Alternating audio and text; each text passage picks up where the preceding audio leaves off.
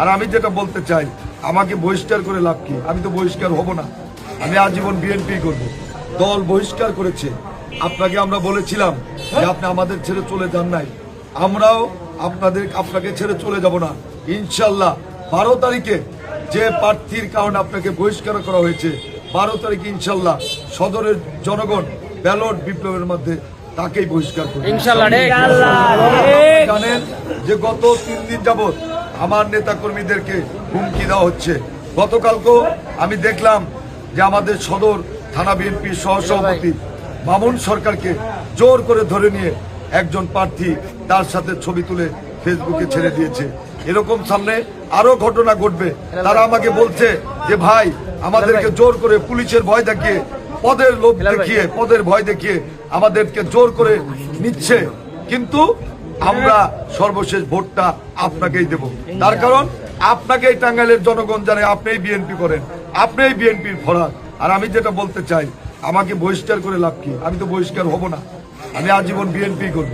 কিন্তু আমি সদরের জনগণের মান সম্মান রক্ষার্থে, যেখানে আজকে সদরকে অবমূল্যায়ন করা হচ্ছে, সদরের অনেক নেতা থাকার পরেও তাদেরকে মনোনয়ন না দেওয়া হয়ে একজন বাইরের লোককে মনোনয়ন দেওয়া হয়েছে, যিনি 2018 এবং 2008 সালে ভুয়াপুর গোপালপুর ইলেকশন করেছেন।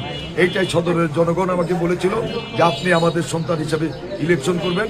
আমি ইনশাল্লাহ মনে করি, যেহেতু আমি সদরের প্রার্থী, স্বতন্ত্র প্রার্থী, দল মত ধর্ম বর্ণ নির্বিশেষে তারা আমাকে ভোট দেবে। আমি মনে করি যে প্রশাসন ইতিমধ্যেই নিরপেক্ষতার প্রমাণ দিয়েছে, আমি মনে করি আগামী দিনেও নিরপেক্ষতার প্রমাণ দেবে এবং টাঙ্গাইল সহ সারা বাংলাদেশে একটা সুষ্ঠু ভোট হবে। আমি মনে করি যে সুষ্ঠু ভোট হলে আমি 100% আশাবাদী যে আমি ইনশাল্লাহ জনগণের ব্যালট বিপ্লবের মাধ্যমে নির্বাচিত হচ্ছে। ইতিমধ্যেই তারা বিভিন্ন মব সৃষ্টি করার চেষ্টা করছে।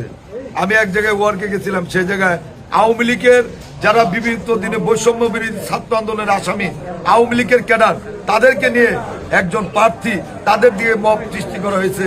আমি নাকি রাজাকার, আমি নাকি মুনাফেক, দলের সাথে বেমানি করেছি। আওয়ামী লীগের লোক যদি এই কথা বলে, হাসবো না কাঁদবো বুঝতে পারি না। আমি বলতে চাই যে এই টাঙ্গাইলের 17 বছর রাজপথে আমরাই ছিলাম, অন্য কেউ রাজপথে ছিল না। কাজে এইসব বলে জনগণকে বিভ্রান্ত করা যাবে না। তবে আমি চিন্তা করছি যে কোনো সময় আমার উপর হামলা হতে পারে। আমার নেতাকর্মী সমর্থকদের উপর ইতিমধ্যেই হামলা হয়েছে। সকালে কাতুলিতে আমার এক সমর্থককে হামলা করা হয়েছে, ইতিমধ্যে দেখেন উনি মাথায় আহত হয়েছে। এমনিভাবে প্রতিনিয়ত কিন্তু আমরা বলতে পারি যে আল্লাহ রাব্বুল আলামিনের ছাড়া আমরা কাউকে ভয় পাই না। ইনশাল্লাহ জনগণ আমাদের সাথে আছে, হরিণ মার্কার সাথে আছে।